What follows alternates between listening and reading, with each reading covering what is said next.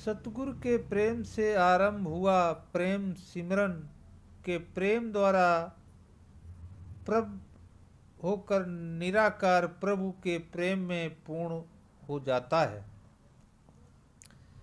फिर वह प्रेम संपूर्ण रचना के प्रेम तक फैल जाता है, क्योंकि जीव को रचना की प्रत्येक वस्तु में प्रीतम प्रभु ही समाया हुआ दिखाई देता है।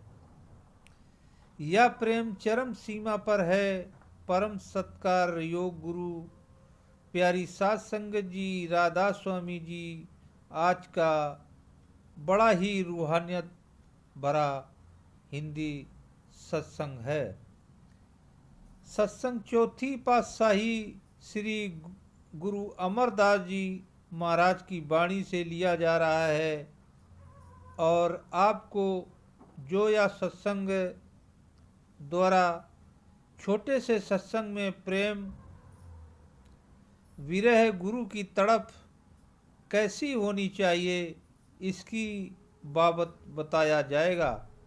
आइए बड़े प्यार से आज का ये रूहानियत भरा सत्संग श्रवण करते हैं। सत्संग के वचन। अंतर प्यास उठी प्रभ केरी, सुन गुरु वचन मन तीर लगाया। मन की व्यथा मन ही जाने, अवर के जाने को पीर पराया।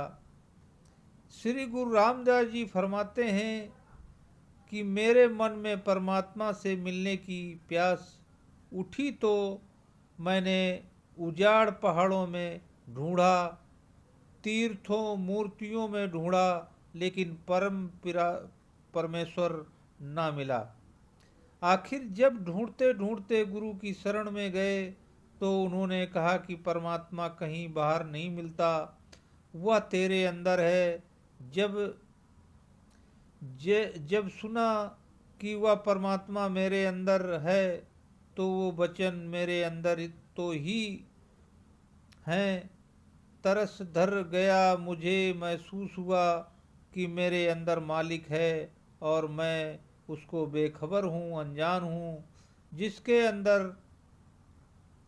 विषक का दर्द हो वह उस दर्द को जानता है, दूसरे को उसकी कोई खबर ही नहीं। अब विरह क्या है? विरह का अर्थ जुदाई का दर्द है और वह प्रेमी को प्रीतम दिखाई नहीं देता। जब आशिक को मासूब का दीदार नहीं होता तो वह उसकी जुदाई में तड़पता है। सच्चा प्रेमी प्रीतम का पल भर का विजग ही सहन नहीं कर सकता। संतों महात्माओं ने सच्चे भक्त की सतगुरु और प्रभु से जुदाई को मछली की पानी से, पपीहे की स्वाति बूंद से और चकोर की चांद से विजग की तड़प द्वारा बयान किया है। प्रेमी के प्राण अपने प्रीतम में होते हैं। प्रीतम उसकी जान और रूह होती है, इसलिए वो प्रीतम के विरह में तड़पता। गुरु अर्जुन देव जी कहते हैं कि एक घड़ी ना मिलते ता, कलयुग होता ना कद, मिलिए प्रिय सुध भगवंता। कबीर साहब भी यही कहते हैं कि राम बिजोही ना जिए जिए ना बौरा होए गुरु। गुरु रामदास जी भी यहाँ कहते हैं जो मछली बिन प्राण रहे ना, किते पाए तिन हर बिन संत न जीव, बिन हर नाम में मर जाए। वास्तव में विरह ही सच्चे प्रेम की निशानी है। बिना प्रेम के विरह की कल्पना ही नहीं की जा सकती। जितना प्रेम प्रबल होगा उतनी ही विरह प्रबल होगी। जो जिसको जितना ज़्यादा चाहता है उसके लिए उतना ही ज़्यादा तड़पता है। विरह सच्चे प्रेम का प्रतीक भी है और सच्चे प्रेम की टकसाल जो प्रीत में प्रकट भी करती है और परिपक्व की पीड़ा की ही प्रेमी के अंदर प्रीतम से मिलाप की चाह को प्रबल करती है। बाबा फरीद जी कहते हैं, बिरह बिरह आखिए बिरह न तू सुल्तान फरीदा, जिन तन विरह न उपजय सो तन जान मसान। आप कहते हैं कि विरह प्रीतम से मिलाप के सब साधनों में शिरोमण है और दूसरा साधन इसका मुकाबला नहीं कर सकता। जिसके अंदर मिलाप की तड़प है वही मिलाप ही आशा रख सकता है। जिस हृदय में प्रीतम से मिलाप की तड़प नहीं, वह मुर्दा और मनहूस है। सूफी फकीरों ने विरह को वह थाली कहा है जिसमें प्रेम रूपी सोने को तपाया जाता है। जैसे सोने में कूठा में तूफान से उसकी मैल जल जाती है, इसी तरह विरह ही अहंकार को जलाकर आत्मा रूपी सोने के कुंदन बना देती है। कबीर साहब जी की वाणी है, विरह मोह से यूं कहें, गाढ़ा पकड़ो मोए चरण, कमल की मौज में ले पहुँचाओ। तो ये आप इशारा कर रहे हैं कि विरह की तड़प दुखदाई जरूर है, लेकिन यह विरह एक दिन प्रीतम से मिलाप के सच्चे सुख का साधन बन जाती है। सच्चा विरह सच्चे बैराग और सच्चे त्याग को जन्म देता है। विरह को बिना प्रीतम के कुछ भी अच्छा नहीं लगता, इसलिए उसका मन स्वाभाविक है हर प्रकार के बड़े से बड़े सुख की कुर्बानी देने के लिए तैयार हो जाता है। जिसे प्रीतम से प्रेम होता है उसका ध्यान वस्त्र, सखियों, सहेलियों, रिश्तेदारों और मान बढ़ाई की ओर नहीं होता। उसके लिए दुनिया के सुख निस्वार्थ होते हैं। प्रीत के लिए सब कुछ नश्वर है, देना सच्ची विरह का स्वाभाविक परिणाम है।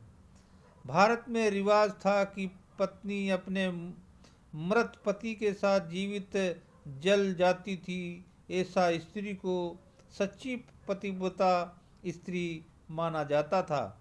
इस संबंध में गुरु अमरदास जी कहते हैं, सतिया ना अखियन जो मड़िया लग, जल नन सतिया जानिए,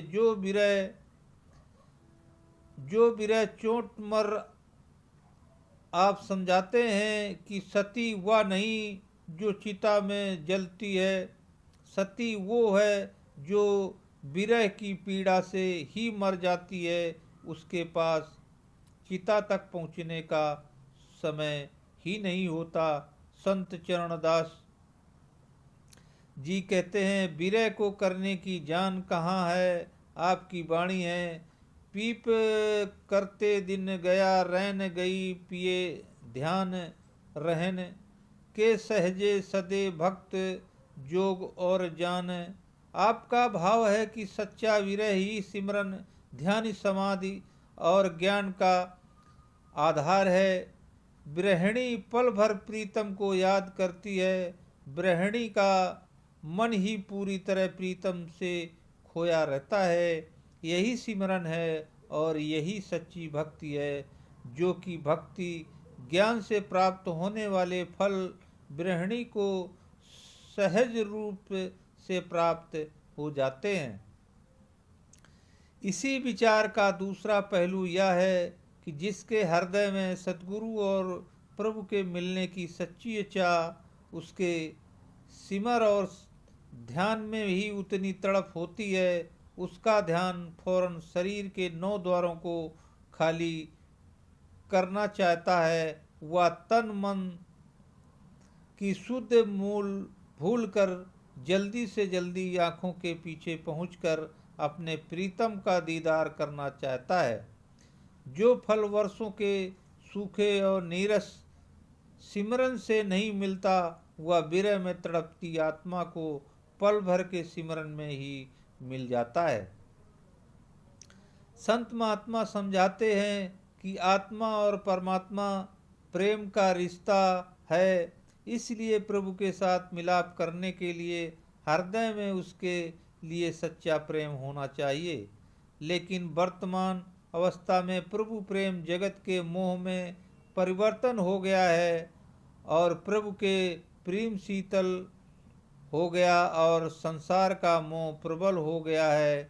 जब सौभाग्य से जीव को सतगुरु की शरण प्राप्त हो जाती है तो उसके हृदय में सतगुरु के प्रति प्रेम जागृत हो जाता है। प्रेम की यह अद्भुत अवस्था सतगुरु के ध्यान द्वारा प्राप्त होती है।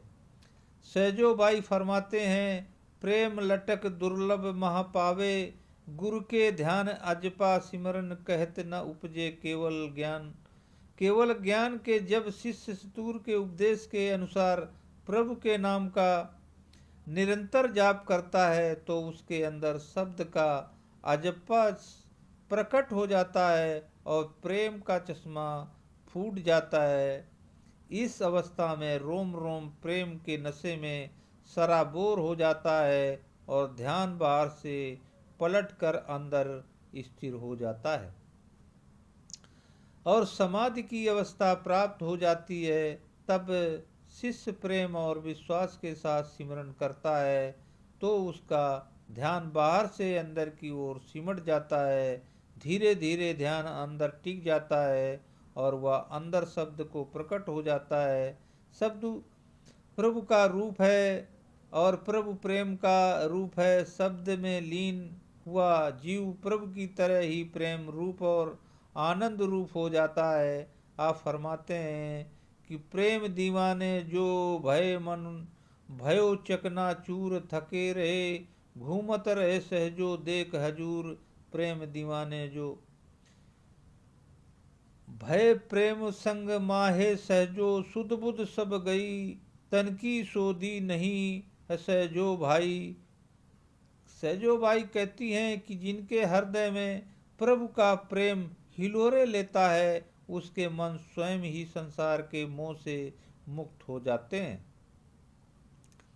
उन्हें प्रभु द्वारा सदा प्रत्यक्ष दिखाई देते हैं। उन पर प्रीतम के प्रेम का ऐसा रंग चढ़ जाता है कि संसार तो एक तरफ प्रेमी को अपने शरीर की सुध बुध तक नहीं, प्रेमियों की अवस्था बिल्कुल बद जाती है। वे राजा और रंग के भेदभाव से ऊपर उठकर जाते हैं। लोगों की उनकी बातें अटपटी सी लगती हैं। वे पल भर में प्रभु के याद में रो पड़ते हैं और अगले ही पल हंस पड़ते हैं। वे जात पात कर्मों मजहब मुल्कों के भेदभाव से ऊपर उठ जाते हैं। लोग उनको बाबरा कहने लगते हैं। उसके जीवन की बाहरी कर्मकांड कोई मायने नहीं रखते।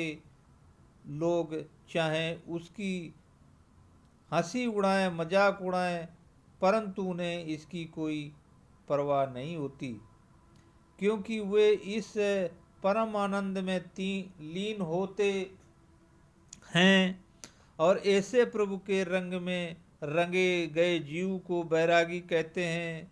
बैराग का अर्थ है राग के बिना माया के पदार्थों की लालसा। इच्छा का राग कहते हैं और इसलिए बैराग वह है जो संसारिक पदार्थों की चाह से निर्लोप होकर केवल वह परमात्मा के दर्शनों के में तड़पता है। इस अवस्था में संसार विषय विकारों रस कष्ट तथा कामनाओं की याद की समाप्ति हो जाती है। इसके स्थान पर उसर्जन हार सतगुरु के मिलन की तड़प तथा प्रेम की इच्छा तीव्र और प्रबल हो जाती है। हृदय में उठ रही प्रेम की कसक बैरागी को सदा व्याकुल करती रहती है।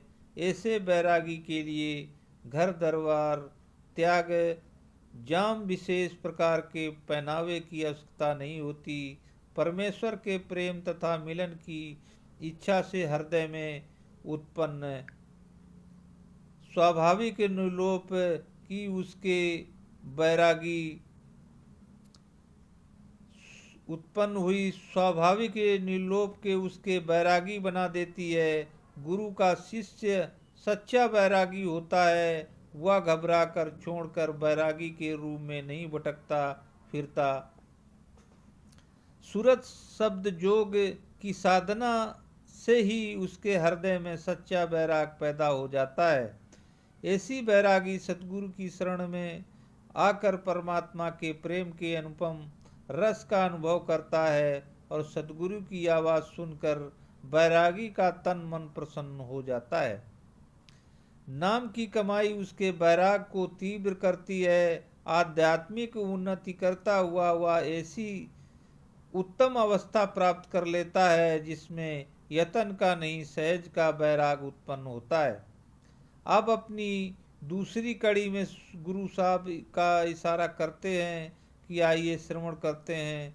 राम गुरु मोह मन लाया। अब कहते हैं कि जब सतगुरु ने बताया है कि परमात्मा तेरे अंदर ही है, तो अंदर तवज्जो ही पर्दा खुल गया, प्रतीति आ गई और परमात्मा मेरे अंदर है और उससे मिलना चाहिए। यह वचन सुनकर मेरा मन खिंच गया। किसके जरिए? एक तो गुरु के स्वरूप के जरिए और दूसरे राम अथवा शब्द के जरिए।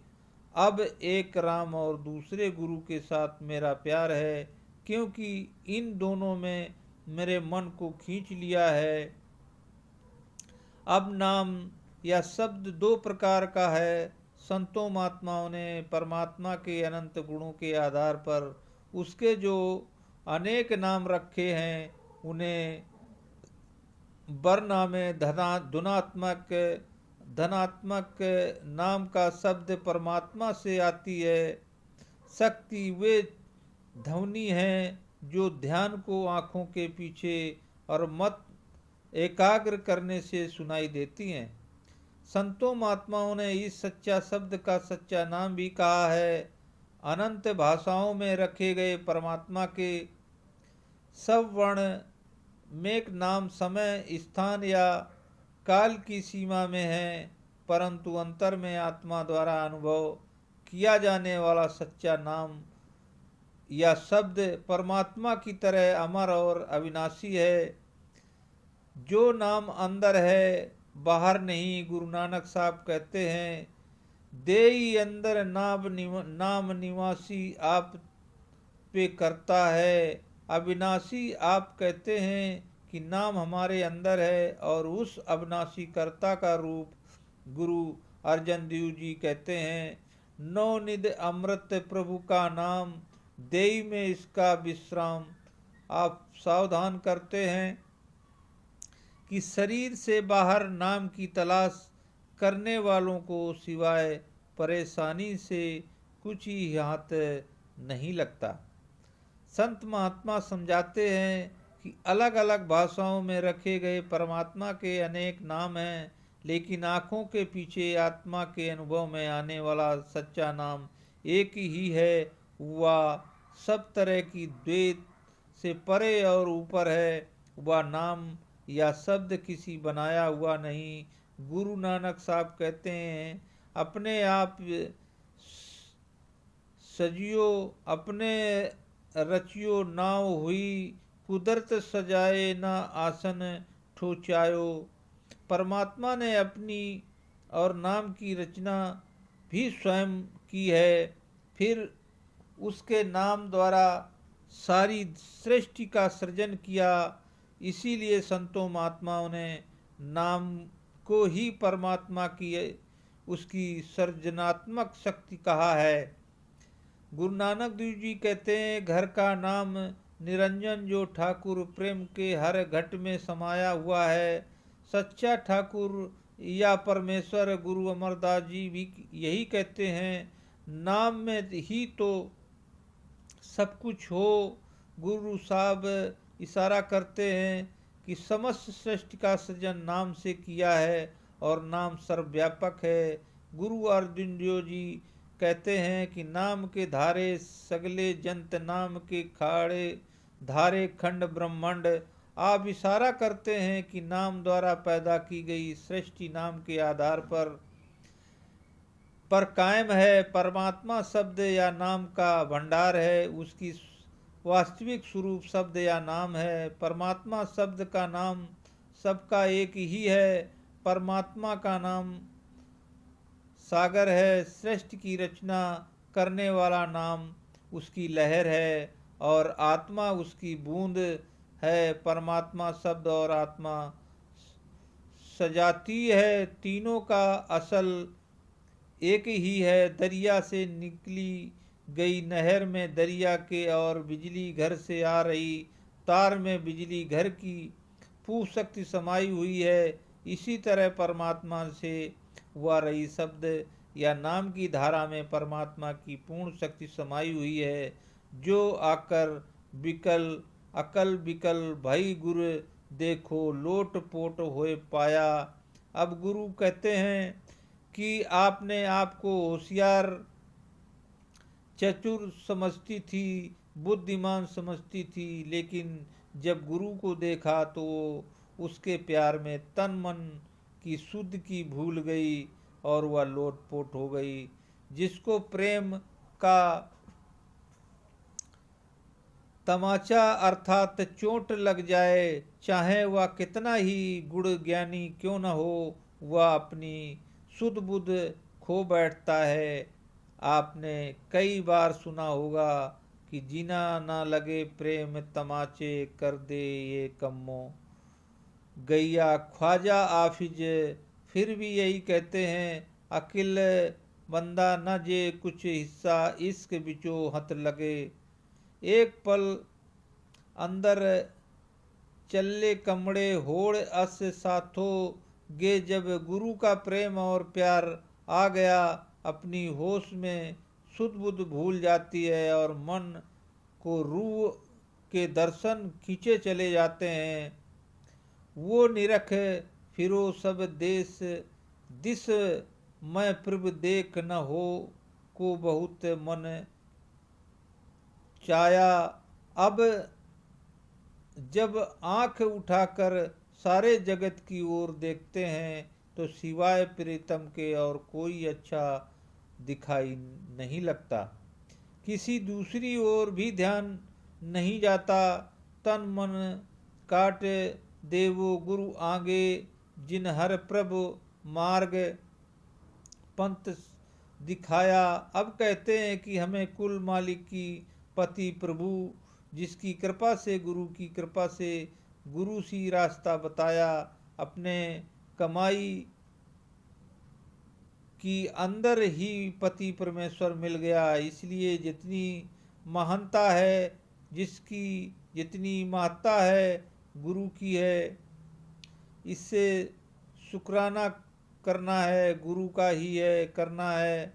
हम गुरु पर तन मन कुर्बान हैं। कोई आन संदेशा दे प्रभु केरा, हृदय अंतर मन मीठ लग गया। क्योंकि गुरु मेरे प्यारे प्रभु के देश जाता है, उसका संदेश ला कर देता है, उसका प्यारा है। इसलिए मुझे गुरु पर अति प्यार हो जाता है और मुझे गुरु अति प्यारा लगता है, क्योंकि वो प्यारे भी प्यारा है। भाव यह है कि मुझे प्रभु प्यारा है, जिसके जरिए प्रभु मिले यह भी प्यारा है। मस्तक काट देव चरण तले, जो हर प्रभु मेल मिलाया। अब कहते हैं कि अगर गुरु हमारे घर आए तो उनके बैठने के लिए क्या दें? सिर काट कर उनके लिए चौकी बना दें, क्योंकि उसने मुझे प्रभु के साथ मिला दिया। मेरी ये रूह को साहब भगन बना दिया। चल चल साखी हम प्रभु पर बोधे गुड़, कामण कर हर प्रभु लहिया। अब कहते हैं कि ये सखियां चलो हम प्रभु से साथ प्यार करें। कौन सा रिश्ता जोड़कर क्या पिता का भाई का नहीं, दुनिया में सबसे बढ़कर प्यारा रिश्ता स्त्री और पति का है। इसलिए हम उनको बनाए पति और आप बने स्त्रियां। जिन कामों ने पति खुश होता है, नेक स्त्री उन्हीं कामों को धारण करती है। इसी तरह हम भी वही कार्य करें जिससे अकाल पुरुष पति हमारी आत्मा पर प्रसन्न हो जाए। भगत बसल उवा को नाम कहित है, शरण प्रभु किस पाछ पाया आम ख्याल है। कि प्रभु भक्तों के वश में होता है, सतगुरु प्रभु का भक्त है। हमें चाहिए कि हम सतगुरु के साथ चलकर प्रभु की शरण ले लें। और बाद में केवल इतनी ही है, खिमा सिगार करे प्रभु खुशियाँ, मन दीपक गुरु ज्ञान बल लाया। अब कहते हैं कि पत्नी जब पति से मिलने जाती है तो वस्त्र आभूषण पहनती है, श्रृंगार करती है। अगर आत्मा प्रभु की पत्नी बनकर अब उसके पास जाए तो उसका क्या श्रृंगार करना चाहिए? तो आप फरमाते हैं कि क्षमा, धैर्य, विवेक और वैराग का। फिर कहते हैं कि दुनियादारी में से बहुत साफ कमरा चाहिए, दिया बत्ती चाहिए। जहाँ कौन से दिए बत्ती और कमरे की ज़रूरत है? तो आप फरमाते हैं कि निर्मल हृदय साफ कमरा है, मन और चित्त का दिया है और नाम ही बत्ती की ज्योत है। अर्थात नाम की ज्योत जगाओ जो प्रभु मिलता है। अगर सच्चा हृदय, सच्चा प्रेम, सच्ची इच्छा लेकर अंदर जाओ तो पर्दा खुल जाता है, नहीं तो नहीं। अगर बगले वाली भक्ति लेकर अंदर, बदले वाली भक्ति अंदर लेकर जाएं तो वह दरवाज़ा क्यों खुले? और कोई नादान बच्चा नहीं रस रस भोग करे प्रभु मेरा। हम तिस आगे जियो कट कट पाई स्त्री। पति तो भोग करते हैं, लेकिन वहाँ आत्मा और काल पुरुष के बीच कैसे भोग का भाव है? वो कहते हैं कि बूंद और समंदर का मिलाप, आत्मा और परमात्मा में लीन हो जाना, वो भोग है। दुनिया के भोगों का नतीजा तो सुख है, लेकिन इस भोग से आत्मा को ऐसी शांति मिलती है जिसका वर्णन ही नहीं किया जा सकता। एक महात्मा कहते हैं, गई पुतली लूणदा सिंध द लैन अनाथ। आप पानी बई उल्टे को बैन के नमक की पुतली समुद्र की गहराई का पता लेने समुद्र में गई और आप ही पानी बन गई। कहने का भाव है, एक बूंद समुद्र में मिल जाने से वो बूंद नजर नहीं आती। जब क्या वो ले गई प्रकार हमारी आत्मा परमात्मा से मिलकर परमात्मा का रूप हो गई। तो हर कंठ है बनया बन मोती चूर, बन गहन गहना न हमारे। और परमेश्वर के बीच अगर कोई पर्दा है तो मन का है, जिसके जितने देश हैं, खंड ब्रह्मांड और ब्रह्मा, ईश्वर परमेश्वर मनुष्य के। अगर कोई डॉक्टर से कहे कि मैंने कितनी मुर्दे धीरे, अंदर से खंड ब्रह्मांड कुछ नहीं मिला, ईश्वर परमेश्वर मिला न सचखंड देखा। डॉक्टर ठीक कहता है, लेकिन यह पदार्थ शरीर का हिस्सा नहीं बल्कि मन के पर्दे के पीछे इस सब को मन छिपा कर बैठा है। अगर मन का पर्दा उठा दे तो ईश्वर परमेश्वर खंड ब्रह्मांड साक्षात प्रकट हो जाएंगे। कहते हैं कि जब आत्मा अंदर गई, परमात्मा के दर्शन हुए, उसके गले का हार हो गई और मन का क्या हाल हुआ। हार में जुगनी होती है जिसे अनाप मोती कहते हैं, अनाम मोती कहते हैं। जो मन को ऐसी मोती बनाकर हार में पोया गया, अर्थात मन चूर चूर हो गया। जो हमें बाहर लिए फिरता था वह बस में आ गया, और यादें कि जो मन मालिक से मिलने से रोकता था वह आप ही आशिक हो गया। हर हर श्रद्धा सेज विषयी प्रभु छोड़ ना सके, बहुत मन भया फिर पति से मिलने के लिए। सेज सजाई, सेज चाहिए, वहाँ सेज किस चीज की है। सच्चे प्रेम और सच्चे विश्वास, सच्चे इश्क की कहते हैं। अब मुझे पति मिल गया, वह मुझे छोड़ना नहीं चाहता। मन और आत्मा दोनों परमात्मा से आशिक हो गए।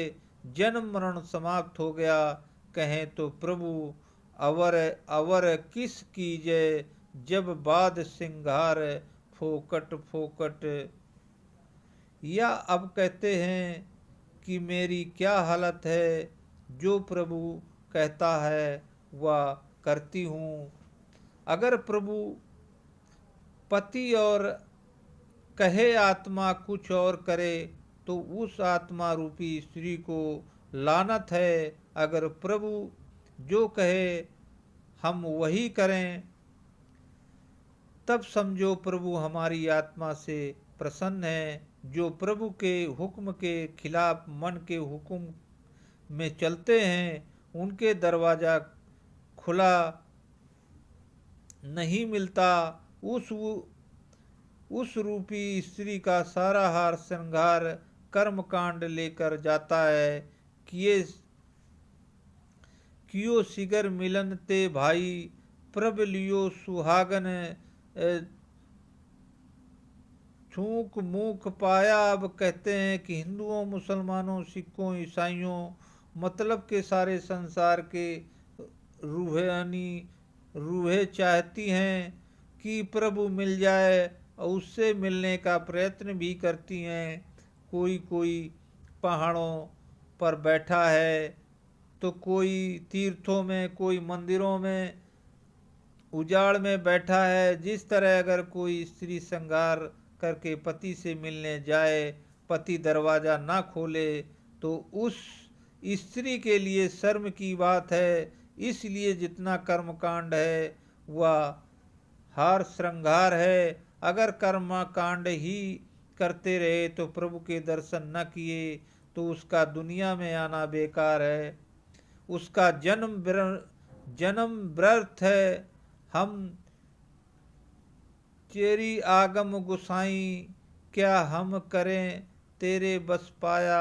अब आत्मा और प्रार्थना करती है कि हे प्रभु, तू मेरा प्रभु है, मैं तेरी शिष्या हूँ। जो तू हुक्म देगा तो तेरी मौज होगी और मैं वही करूँगी। मेरा पति है, मैं तेरी स्त्री हूँ, तेरे अधीन हूँ। दया दीन करो रख ले वो, नानक हर गुण शरण समाया। हे प्रभु, मैं पहले गुरु की और फिर तेरी शरण में आ गई हूँ। मेरी लाज रख, मुझे अपने साथ रख, अपने हुक्म में रख, भाने में रख। जब भाने में आ गए तो सभी काम भजन बंदगी आदि हो गए। मालिक की रजा में भाने में रहना सबको ऊंचा कर्म है। उसकी रजा जब रद्द नहीं होती बल्कि हर हालत में होकर रहती है, तो फिर हमें उसका हुक्म खुशी के साथ मानना चाहिए। अगर रजा में राजी रहना आ जाए तो हमें कोई भी चिंता नहीं रहती। तो वह कहे कि इच्छा अच्छा है तो मालिक की मौज में खुश रहता है। वह सबसे ऊंची बंदगी है, जिससे ऊंची और कोई बंदगी नहीं। परंतु मन हमें रजा में रहने नहीं देता। कई मुसलमान फ़कीर मुझसे आकर कहते हैं कि हमारे लिए दुआ प्रार्थना करो। कहता हूँ कि राजी व राजा रहने वाला हूँ। दो तरह के फ़कीर होते हैं, एक दर जाते उलवी के, दूसरे दर जाते सिफली के। पहली प्रकार के फ़कीर प्रार्थना नहीं करते, वह रजा में राजी रहते हैं। जो गुरु प्यारी साध संगत जी, आज का बड़ा ही रूहानियत से भरा सत्संग हमने श्रवण किया है। इसमें अगर रूह आत्मा की रजा में रहना सीख जाए तो उसके भाने में रहना सीख जाए, उसे कभी कोई चिंता तकलीफ नहीं होगी। तो हमें भी चाहिए, हम मौजूदा सरकार बाबा जी की सतगुरु की रजा में राजी रहना है। कभी भी अपने दिमाग में घोड़े नहीं दौड़ाएं कि हमें जय नहीं मिला, हमें वह नहीं मिला। जैसे मौजूदा सरकार बाबा जी की, तो हमें भी मालूम ही नहीं है कि हमारे लिए अच्छा क्या है और बुरा क्या है। वह बेहतर जानता है कि वो सिर्फ उसकी रजा में रहना है और सिर्फ अपनी ड्यूटी निभानी है, भजन सिमरन करना है। इसके साथ राधा स्वामी जी।